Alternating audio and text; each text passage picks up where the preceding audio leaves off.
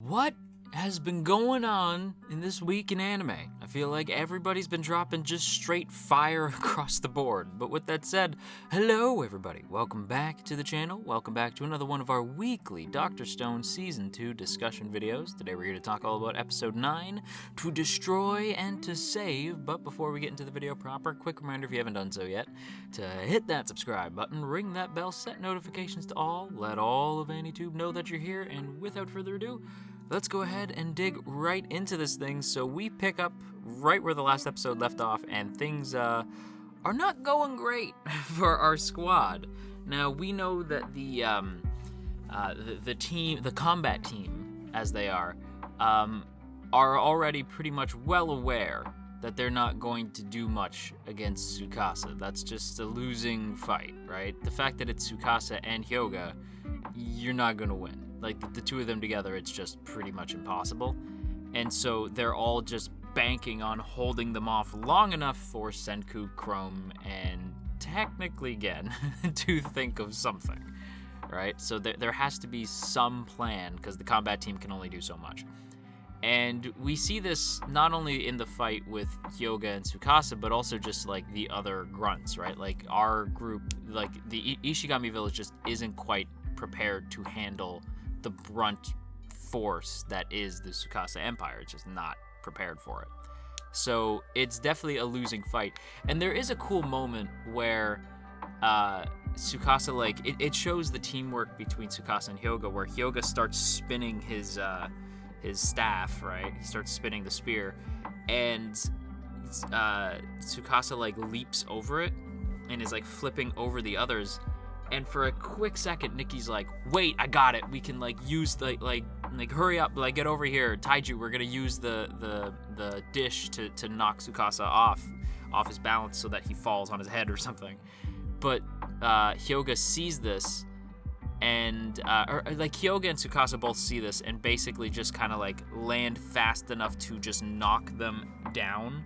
Like, they just completely, like, just, not only is Nikki knocked out, but Magma's pretty much knocked out for a good chunk of the fight. He ends up getting back up later, but him and Magma's buddy all get knocked out, like, along with Nikki, all at the same time, and the dish is totally busted. So it's like, well, can't use that.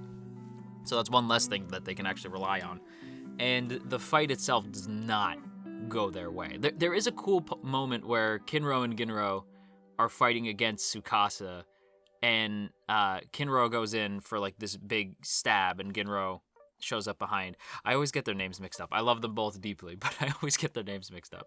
So I might have gotten that wrong. But Ginro comes in from behind, and Tsukasa's like, oh my god, like, they actually feinted me. I had no idea, like, that he was even behind him. And what he's not aware is that Magma's also behind Tsukasa, ready to swing down with the axe, and unfortunately all three just get kind of stomped on, with Kinro getting the worst of it, getting punched into a tree. And then on the other side you have our girl Kohaku trying her best to actually, like, hold the line. It doesn't exactly go well, though. Like, she's pretty much, like, fighting Hyoga by herself, so, like, obviously this isn't really gonna go her way, you know? Like, she does the best she can, and she does have a super sick moment where she's actually able to, like, grab Hyoga's spear and tells him, like, you can go ahead and stab me if you want. Like, go ahead, like stab me. I'm still gonna hold on to this thing. Like, you're not done. Of course, this dude just has some other guy just hand him a new spear, which is like, that's just not fair. That is just not fair. I just don't like that. Also, I definitely got it wrong. Ginro was the one who shows up behind Kinro. Oh no, I did get it right. And then Kinro is the one who gets it the worst by getting punched by Tsukasa right into a tree. So yeah, I always get my boys mixed up. I'm sorry. Kinro and Ginro, their names are too similar. But this is all going to say that, like, the squad is having a rough time. And I love that Taiju's, like, the last line, right? Because Taiju, I wish they had more of a dialogue, but Taiju, like, showing up to throw down with Tsukasa when he has the shield up. And he just tells him, like, you're not going in there, right? And Tsukasa's like, oh my god, right? Because he's just like, yes, I am. I'm walking right through you. But then he looks up and he sees something. And what he sees is a paper airplane. Allow me to explain. So the big plan that our science squad teams up, right? Teams up to think of is basically to throw paper airplanes at them, but not just any kind of paper airplane. And what I love about this is that it's the trio who think of it, right? It's the three big brains of the current operation, and we see them in the opening, like doing the whole like 3-part fist bump, right? That they do in the one episode where they all decide that they're gonna dive into hell to protect the world, right? Where they're all gonna keep the secret. And Chrome is the one who starts this plan, right? Because Senku and Gen are like desperately trying to think of something and they just can't. And Gen even mocks Senku's like crappy luck. And so Chrome's like, shit. Like, so Chrome runs off and he like thinks that he's aware of something that can help them. And he sees like the tank, right? He sees the steam gorilla, which is unfortunately knocked down. Poor Kaseki, he hated to see it like that. But Chrome is like, wait, there's still acid in the cannon, so we'll use that for something, right? So Chrome brings him the acid, and Chrome's like, and Senku goes, that's brilliant. I can use that to make nitroglycerin, which I was like, oh, holy shit. That's insanely dangerous. And even Gen is like, that's a terrible idea. Like, it's a great idea, but that's also a terrible idea. And poor Chrome's just like, I don't even know what we're talking about. Because Chrome's like, I'm a science user, but I don't quite know all these terms you guys are throwing out. Whereas Gen is not a science user, right? But he's clever and he's crafty. And so when they realize, like, okay, we have nitroglycerin, but we have no way to actually throw it without the whole friggin' thing exploding. And Gen's like, wait, paper airplanes, right? And so Gen is the one to think of the paper airplanes, and he knows how to make the perfect paper airplane because he's a magician, right? So he knows the Guinness Book of World Records way to build the perfect paper airplane. So as soon as you throw it, it stays on trajectory. So they actually use the dang thing to like blow up some trees behind everybody. And and then Gen lies and says like it has like 800 megatons of power. And Senku's like, no, it doesn't. Shut up.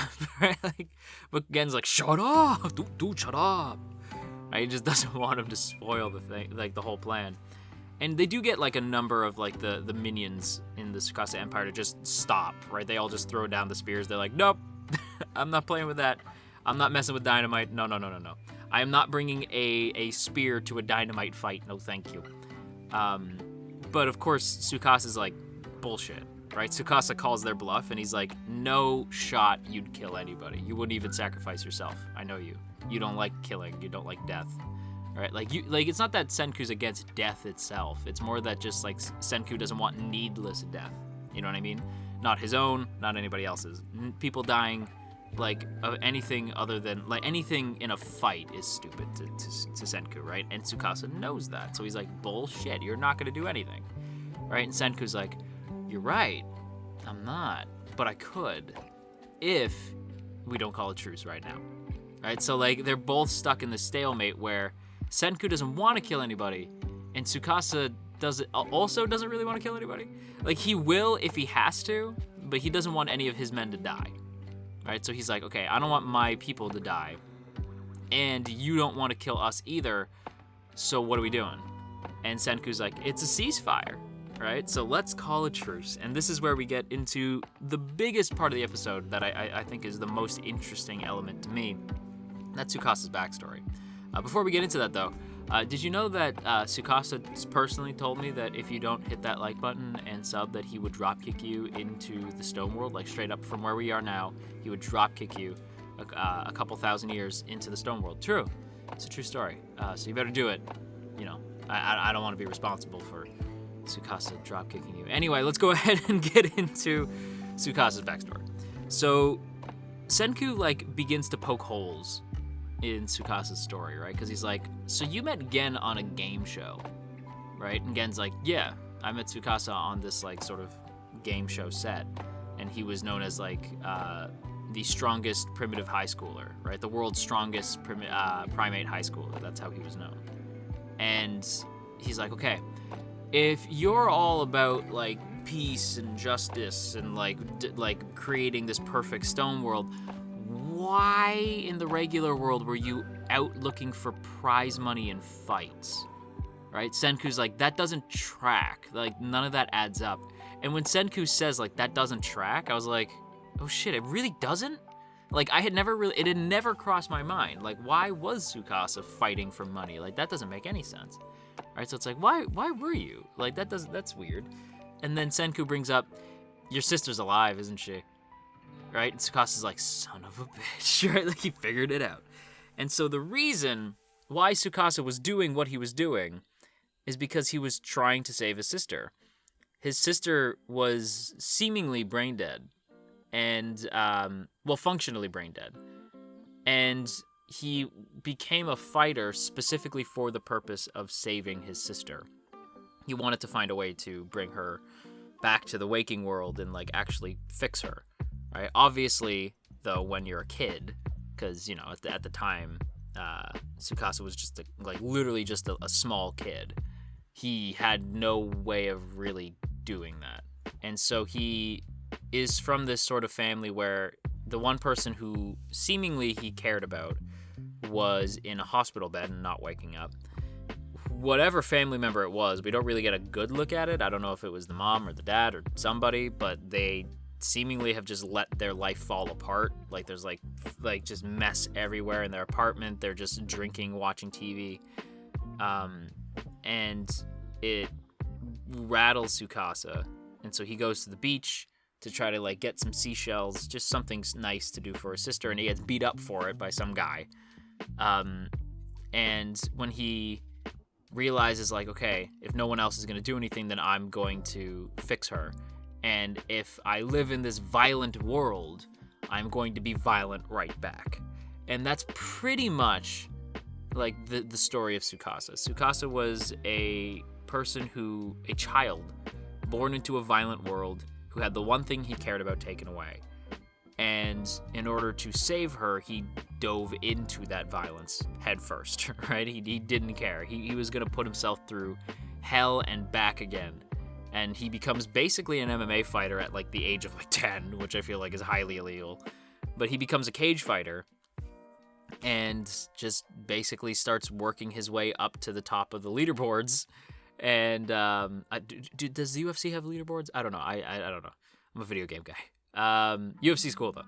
But he basically climbs his way up, and through that meets a lot of slimy individuals, people who he's likely breaking the statues of in the stone world, right? Like, he knows these people. He's seen the violent, dark underbelly of the world, and so of course Tsukasa, who has seen only the violence and sliminess of humanity, he just can't respect what Senku wants to do, and that's to bring everybody back. Everybody gets a chance in the stone world. For Tsukasa, it's like, no, they had their chance and they blew it. So if they come across, God help them if they come across me, right? Like Tsukasa's like, no, I don't pull any punches. And Tsukasa was absolutely willing to take on the sin of that. Right, like, Tsukasa has been prepared to take on, like, the emotional weight of what he's done. Like, he says that he's ready to take on the sins of playing God, whereas, like, I would say that Tsukasa is just prepared to deal with the emotional turmoil of knowing that he's, like, choosing life and death, which is not something I feel like he has any right to do. And at the same time, he doesn't have to break the damn statues. That's the thing, right? Because Tsukasa is still sort of, to me, like, he's always going to be the antagonist, but as an antagonist, he's like subconsciously selfish. Like, the idea that he's like, I get to pick and choose, right? He's still putting himself on the top of the food chain by picking and choosing. He could just leave the statues alone. You know what I mean? But he purposely chooses to break the ones he feels aren't worthy. And that's what Senku just can't stand by, right? He's like, no, I just heavily just don't agree with that. And Senku wants to give everybody a chance. That's the difference between these two. Whereas Tsukasa, the only kindness he's known has been his sister and the doctors who saved her, right? Everything else, even the people giving him the prize money, only really cared about him because they made him money. Or because he made them money, rather. And that hasn't changed, right? Like, he's still, even after this ceasefire, even after Senku offering to bring his sister back and hopefully using the serum to actually bring her back and recover, because don't forget the serum, like the stone serum actually like manages to like fix Senku's neck at one point. That's insanely cool, but also could potentially cure Tsukasa's sister. It's sort of like a miracle, right? Like what the stone is doing for people. It's like actually refreshing people, right? So there's a chance that just maybe they can bring her back. I'm not super certain if it'll work. I have a feeling it will, just because I think it would bring Tsukasa's story full circle if he's actually able to save his sister, and then maybe it might mellow him out. Hyoga and the others seem to be pretty much on board, I think, at this point. Hyoga looked at the explosion and just went like, how magnificent, right? But here's the thing with Hyoga. We see in the opening this like face that like has this like evil grimace, right? And I was like, whose face is that?